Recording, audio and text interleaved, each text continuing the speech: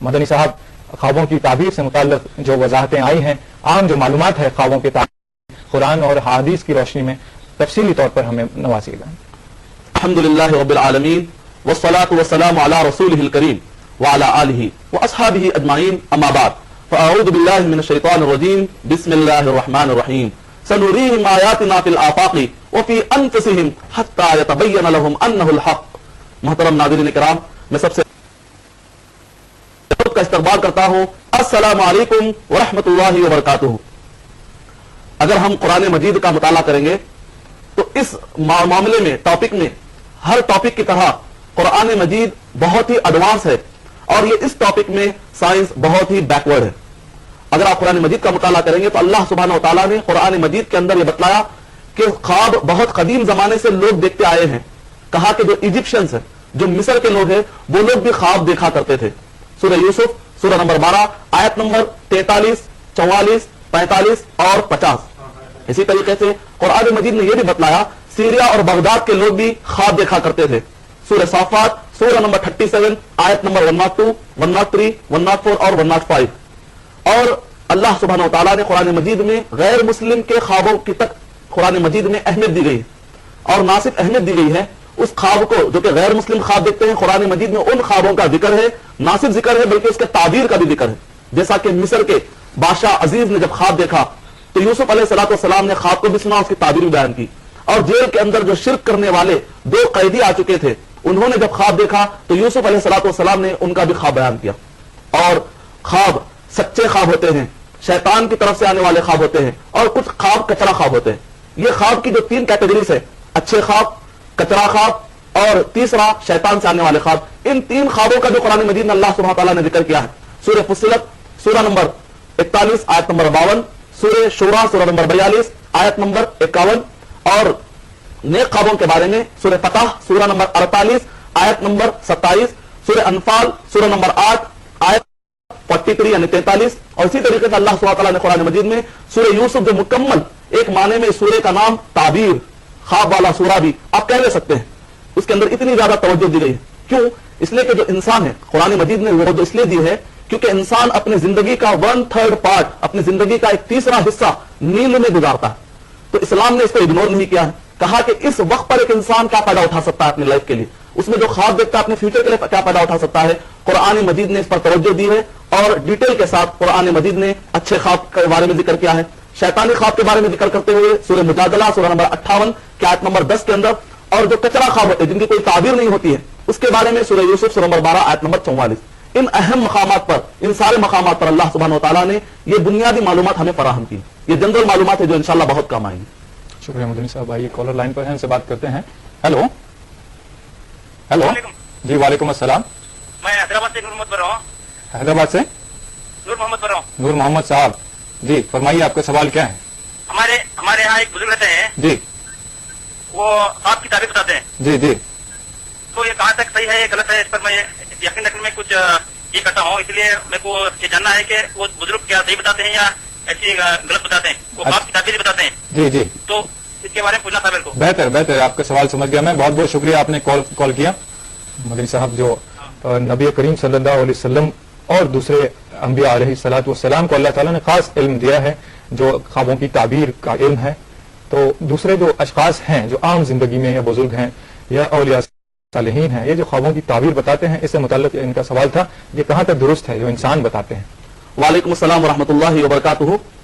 ابھی آپ کے سوال میں بنیادی طور پر 2 پہلو پائے جاتے ہیں، ایک تو یہ کہ خواب جو دیکھتے ہیں، دوسرا ہے کہ اس خواب کی جو تعبیر بیان کی جاتی ہے، اس کا جو انٹرپریٹیشن بیان کیا آتا ہے۔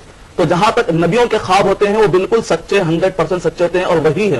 اللہ سبحانہ و تعالیٰ نے سورہ شورا سورہ نمبر 42 آیت نمبر 51 کے اندر اللہ سبحانہ و تعالیٰ نے کہا کہ نبیوں کے خواب بالکل سچے اور وہی ہوتے ہیں، اور جو نبی تعبیر بتاتے ہیں وہ بھی یقینی ہوتی ہے کیونکہ وہ اللہ سبحانہ و تعالیٰ کی طرف سے ہی بتاتے ہیں۔ سورہ نجم سورہ نمبر 53 آیت نمبر 3 اور 4، وما ينطق عن الهوى ان هو الا وحی یوحى، جو کچھ بھی کہتے ہیں نبی وہ اللہ سبحانہ و تعالیٰ کی طرف سے ہوتے ہیں۔ البتہ نبی کے علاوہ اب اگر کوئی تعبیر بیان کرنا چاہتا ہے، کوئی تعبیر بیان کرتا ہے، تو یہ خاص علم ہے جو اللہ سبحانہ و تعالیٰ کسی کو عطا کر دیتے ہیں، کسی بھی ایک نئی شخصیت کو، کسی بھی علم والی شخصیت کو جس کو مختلف علوم پر مہارت ہو، مختلف ثقافہ علمیہ اس کا بالکل قوی اور وسیع ہو، بہت ساری معلومات ہو قرآن و حدیث کی اور عام معلومات، تو اللہ سبحانہ و تعالیٰ اس کو عطا کرتے ہیں۔ اور نبی اکرم صلی اللہ علیہ وسلم کے علاوہ بھی امتیوں میں کوئی بھی تعبیر بیان کرنے والا ہو سکتا ہے. اس کی دلیل صحیح بخاری جلد نمبر 9 حدیث نمبر 123 حدیث نمبر 130. اس کے اندر ابو بکر صدیق رضی اللہ تعالیٰ عنہ اور نبی اکرم صلی اللہ علیہ وسلم بیٹھے ہوئے تھے, اور ایک صحابی آتے ہیں کہتے ہیں کہ میں نے خواب دیکھا. تو نبی اکرم صلی اللہ علیہ وسلم کہتے تھے, ابو بکر صدیق رضی اللہ تعالیٰ عنہ کہتے ہیں, اے نبی اکرم صلی اللہ علیہ وسلم اگر آپ اجازت دیں تو میں تعبیر بیان کروں گا, کہیں غلطی ہے تو آپ بتا دیجیے. بہرحال اس کے بعد نبی اکرم صلی اللہ علیہ وسلم نے اجازت دی, اور جب تعبیر بیان کیا ابو بکر صدیق رضی اللہ تعالیٰ عنہ نے, تو نبی اکرم صلی اللہ علیہ وسلم نے فرمایا اخطأت و اصبت, تم سے غلطی بھی ہوئی ہے اور تم سے صحیح بھی ثابت ہوا ہے. اس کا مطلب نکلا کہ جو نبی کے علاوہ ہوتے ہیں ان کی تعبیر صحیح بھی ہو سکتی ہے, غلط بھی ہو سکتی ہے. اس وجہ سے اگر آپ کسی بھی جاننے والی شخصیت سے تعبیر لیتے ہیں تو صرف اندازے کے طور پر لیجیے, یہ یقین کرنا جائز نہیں ہے کہ اس کا مطلب بالکل یہی ہوگا, اور ایسا کوئی دعویٰ نہیں کیا جا سکتا جو صرف نبی کے لیے خاص ہے, جیسے تم جنت میں چلے جاؤ گے, ایسے فیصلے تعبیر کرنے والا نہیں کر سکتا. یہ اہم معلومات ہے جو ذہن میں رکھنی چاہیے. مدنی صاحب یہ تو بات ٹھیک ہے, لیکن خوابوں کی کتنی قسمیں ہوتی ہیں اور اچھے یا برے خواب جو دیکھے جاتے ہیں, تو صاحب خواب کو کیا کرنا چاہیے, اچھے خواب دیکھ کر یا برا خواب دیکھ کر کیا کرنا چاہیے, اس سے متعلق بتائیں. یہ بہت ہی اہم سوال ہے. اکثر لوگ اپنے خوابوں کو یوٹیلائز نہیں کر پا رہے, اس کو یوز نہیں کر رہے. خواب آپ کی پراپرٹی ہے, اگر آپ اس کو برابر یوز نہیں کریں گے تو نقصان اٹھائیں گے. کبھی کیا کرتے ہیں, اچھا خواب دیکھتے ہیں, کسی حاسد اور جلن والے کو بتاتے ہیں, جبکہ نبی اکرم صلی اللہ علیہ وسلم نے منع کیا. سورہ یوسف سورہ نمبر 12 نمبر 5 اور 6 میں تاکید کی گئی ہے کہ ہر ایک کو اچھا خواب نہ بتاؤ. اس وجہ سے یہ خواب معلومات جاننا ضروری ہے کہ خواب کی کتنی قسمیں اور خواب دیکھنے والے کو کیا کرنا چاہیے. مختصر میں آپ کو اہم باتیں بتاتا ہوں, کی ورڈز. خواب جو اچھے خواب ہوتے ہیں, اچھے خواب کا مطلب ہوتا ہے کہ انسان کو بتا دیا جائے کہ کوئی خوشخبری ملنے والی ہے, یا انسان کو بتایا جائے کہ فلاں مصیبت آنے والی ہے, تاکہ انسان اس سے بچ جائے. تو اچھا ہی ہوا کہ خیر خواہ جو ہوتا ہے دو چیزیں بتلاتا ہے, اس کو نقصان سے بچانا اور فائدہ دینا. یہ اچھے خوابوں میں آتا ہے. تو ایسے وقت پر آدمی کو چاہیے کہ اچھا خواب جب دیکھے تو اللہ کا شکر ادا کرے, اور برا خواب دیکھے. مختصر لفظوں میں اچھا خواب جب دیکھتا ہے بندہ تو اس کو 3 کام کرنا چاہیے. سب سے پہلے اسے چاہیے کہ وہ اللہ سبحانہ و تعالیٰ کا شکر ادا کرے. اگر آپ پڑھیں گے صحیح بخاری جلد نمبر 9 حدیث نمبر انگلش حوالے کے مطابق حدیث نمبر 113 114 اور 115 کے اندر اچھے خواب دیکھنے والا 3 کام کرے گا. سب سے پہلا ہے کہ اللہ سبحانہ و تعالیٰ کا شکر ادا کرے. دوسرا یہ ہے کہ آدمی اس شخص کو بتائے جس کو وہ بہت چاہتا ہے, اس کے نفس وہ جلن والا بھی نہیں, حسد والا بھی نہیں ہے, اور علم والا ہو, کیونکہ اگر سامنے والا اس خواب کو غلط تعبیر دے دے گا تو پھر ویسے ہی پڑ جائے گی. اور تیسرا کام اس کو یہ کرنا چاہیے کہ کسی بھی ہر آدمی کو بتاتا نہ پھرے. اور اگر برا خواب دیکھے, برا خواب کا مطلب ہوتا ہے کہ آدمی کہیں گرتا ہوا اپنے آپ کو پا رہا ہے, یا کہیں پریشان ہو کر اٹھ رہا ہے, پسینہ پسینہ ہو جا رہا ہے, تو نبی اکرم صلی اللہ علیہ وسلم نے فرمایا کہ یہ شیطان کی طرف سے ہے.